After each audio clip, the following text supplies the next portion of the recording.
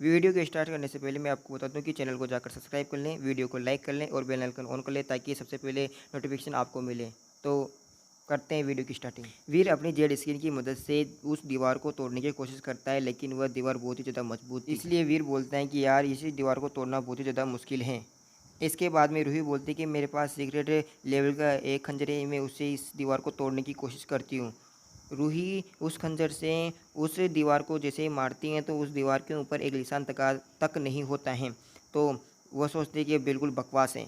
इसके बाद में वीर रूही से बोलता है कि मैंने यिन यांग ब्लास्ट का यूज किया है और मैं कम जगह पर भी यिन यांग फोर्स का यूज कर सकता हूँ। तुम रहने दो, मुझे ये करने दो। इसके बाद में वीर लगातार उस दीवार पर पंचिंग करने लगता है। जब रूही वीर को बहुत मेहनत करते हुए देखती है तो रूही वीर से बोलती है, चलो यहाँ से चलते हैं, दूसरा रास्ता खोजते हैं, इतनी मेहनत मत करो, अपने आप को इतना मजबूर मत करो। इतने में ही जिस दीवार पर वीर पंचिंग कर रहा था वह दीवार टूटने लगती है। वीर रूही से बोलता है कि तुम पीछे रहो, जरा पीछे हट जाना। तो जैसे ही वह दीवार थोड़ी सी टूटती है तो वीर बहुत ही ज़्यादा एक्साइटेड हो जाता है और उस पर लगातार पंचिंग जो करने लगता है, जिससे वह दीवार बहुत ही जल्दी ढहने लगती है। जैसे ही वीर पंचिंग करते हुए रुकता है तो वह वहाँ पर रूही देखती हैं कि वीर के हाथों से बहुत ही ज़्यादा खून निकल रहा है। तो रूही वीर से बोलते हैं कि तुम्हें बहुत ज़्यादा दर्द हो रहा है। फिर वीर उससे बोलते हैं कि तुम चिंता मत करो, चलो यहाँ से निकलते हैं, इसके बारे में भूल जाओ। इसके बाद में वीर और रूही एक क्रिस्टलाइजर हॉल के अंदर आ जाते हैं और वह चारों तरफ देखने लगते हैं। जैसे ही उनकी नज़र क्रिस्टलाइजर हॉल के ऊपर की दीवार पर जाती है तो वहाँ पर लाल रंग के जो कि क्रिस्टल थे वह उल्टे लटके हुए थे और वह उन्हें ही देख रहे थे। वो जो रेड कलर की क्रिस्टल थे वह ह्यूमन शेप में अपने आप को ढालने लगते हैं और वीर को स्कैन करने लग जाते हैं और इनकी संख्या बहुत ही ज़्यादा होती है और यह ह्यूमन शेप में ट्रांसपोर्ट होने लगते हैं। इसके बाद में वह वीर और उन सभी के ऊपर हमला कर देते हैं।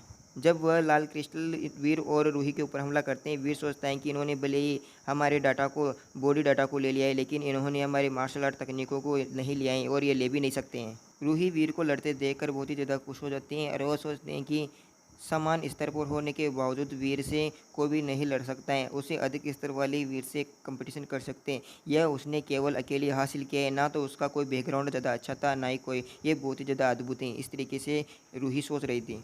जब वीर उन सभी को एलियनों को मार देते हैं तो इधर क्या नाम है, हमारी जो रूही थी वह वीर को बोलते हैं, क्या तुम ठीक हो वीर? इसके बाद में वीर के पास दौड़ती हुई आकर सीधे ही उसके गले लग जाती है और वीर उसका सिर सहलाने लगता है कि कोई बात नहीं, सब ठीक हो है।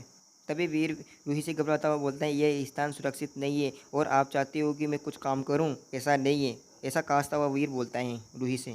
इसके बाद में जब रूही को वीर की बात को समझ में आती है तो वह धीरे से वीर को मारती हुई बोलती है कि शैतान कहीं के, ऐसा क्या सोच रहे हो तुम?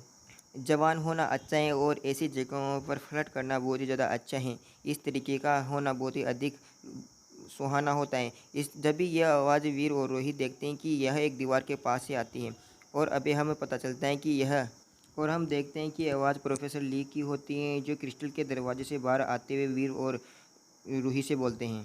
इसके बाद में वीर सोचता है कि इनके शरीर पर तो चोट के निशान भी, इनके साथी भी नज़र नहीं आ रहे, मुझे लगता है कि इनकी कंडीशन ज़्यादा अच्छी नहीं है। इसके बाद में प्रोफेसर ली वीर के पास आते हुए बोलते हैं कि अब तुम दोनों को मेरी आज्ञा सुननी चाहिए क्योंकि मैं तुम दोनों से ज़्यादा अधिक समझदार हूँ। प्रोफेसर ली की बात सुनकर वीर उनसे बोलता है कि क्या, ये क्या है? तभी प्रोफेसर ली बोलते हैं, क्या?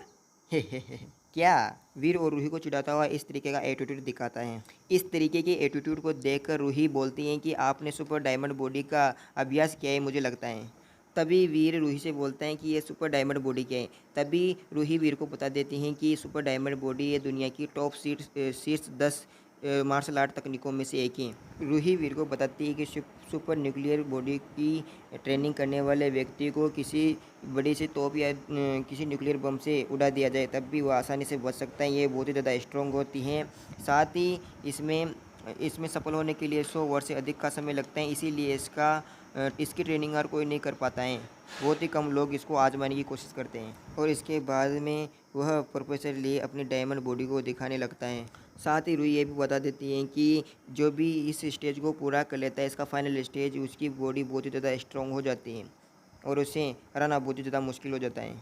तभी हम प्रोफेसर ली को देखते हैं जो वीर से बोलता है कि हाँ रूही बिल्कुल सही कह रही है, मेरे शरीर को चोट पहुंचाने के लिए किसी भी मनुष्य को 120 फिटनेस की ज़रूरत होती है और मैं नहीं चाहता कि तुम्हें तुम दोनों को मारूं। मेरा ऐसा कोई भी इरादा नहीं है। जितने हम बचे हैं उस हिसाब से हमें एक साथ मिलकर काम करना चाहिए। प्रोफेसर ली वीर को समझाता हुआ बोलता है। तभी वीर से प्रोफेसर ली से बोलता है कि सहयोग तो ठीक है, हम आपका सहयोग कर देंगे, लेकिन आपको हमें बताना होगा कि आप यहाँ पर क्रिस्टलाइजर रूहीन में क्या कर रहे हैं और आपको यहाँ आने का क्या कारण है। तभी हम प्रोफेसर ली को देखते हैं जो रूही से बोलते हैं, कैप्टन रूही, आपको तो पता ही होगा कई दसियों सालों पहले हमारे यहाँ पर इन क्रिस्टल रूहिन्स को खोजा गया था और वहाँ से एक टीम आई थी जो इसकी खोज करेगी और उनमें से कोई भी वापस नहीं लौटाए। इसके बाद में एलायंस ने फिर एक और जहाज़ भेजा था और उस जहाज़ के कैप्टन मेरे पिता थे और वह इस यहाँ पर आए थे, लेकिन वह यहाँ से कभी वापस नहीं लौट पाए। लेकिन मैं उनके अवशेषों को खोजना चाहता हूँ। वीर को यह बात प्रोफेसर ली बताते हैं। तभी वीर प्रोफेसर ली से बोलता है कि आप हमें बच्चा समझते हो क्या? आपके साथियों के पिता भी यहीं पर गुम गए थे? नहीं। इसके बाद में प्रोफेसर ली बताते हैं कि जो वह स्पेसशिप था उनके पास एक कुछ ऐसी चीज़ें थी जिन्हें वह लेना चाहते हैं।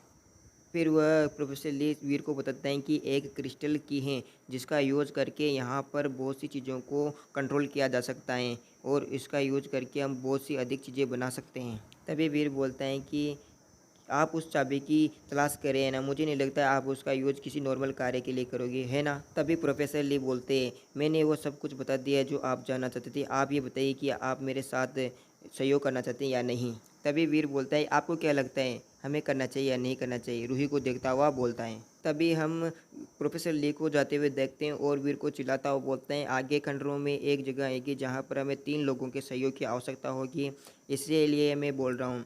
इसके बाद में प्रोफेसर ली वीर को बताते हैं कि वह जो स्पेसशिप थी उस कैप्टन की चीज़ें तो मेरी होंगी, बाकी सब चीज़ें आप सभी की, आप दोनों की होगी। सोच लो, जो आगे आने वाला जो खंडहर था वह क्रिस्टलाइजर रूहीन का, वह शाही परिवार का खंडहर था और वहाँ पर केंद्र में हम तीनों मिलते हैं, ठीक है? इसके बाद में वीर और वो प्रोफेसर ली सभी खंडहर की दूसरी तरफ आ जाते हैं और वो बताता है कि इस खंडहर के दूसरी तरफ एक पुल है और इस पुल को पार करते समय हमें बहुत ही ज़्यादा सावधानी से चलना होगा, क्योंकि दूसरी तरफ हमें इस ब्लैक कलर का एक खंभा नजर आएगा जो जहाँ तक हमें पहुँचना है। इसी के साथ एपिसोड खत्म होता है। वीडियो को लाइक करें, कमेंट करें, शेयर करें और चैनल को सब्सक्राइब करना मत भूलना। Please subscribe this channel.